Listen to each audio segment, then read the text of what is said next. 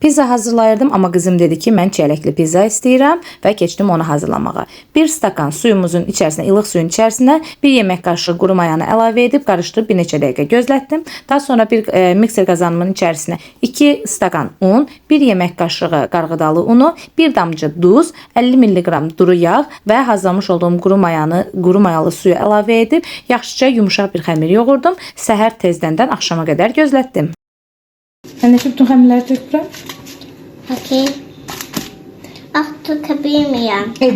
Xəmirimiz özünə gəldi və biz yağlı bir kağızın üzərinə yerləşdirib yayırıq. Daha sonra bişən zaman şişlər yaranmaması üçün üzərini vilkalayıb çiyələk cemi ilə hər tərəfini soslayırıq. Ay.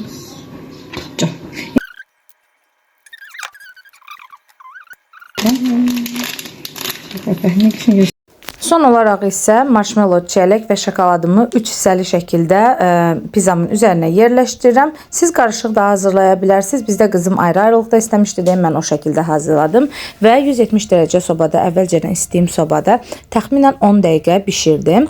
Qeyd edim ki, əvvəlcədən xəmiri bişirib daha sonra sosu və ərzaqları üzərinə yaysaz daha yaxşı bir nəticə alarsınız. Bir 5 dəqiqə onu bişirib daha sonra isə ərzaqları düzürsünüz. O formada görüntü daha xoş olacaq.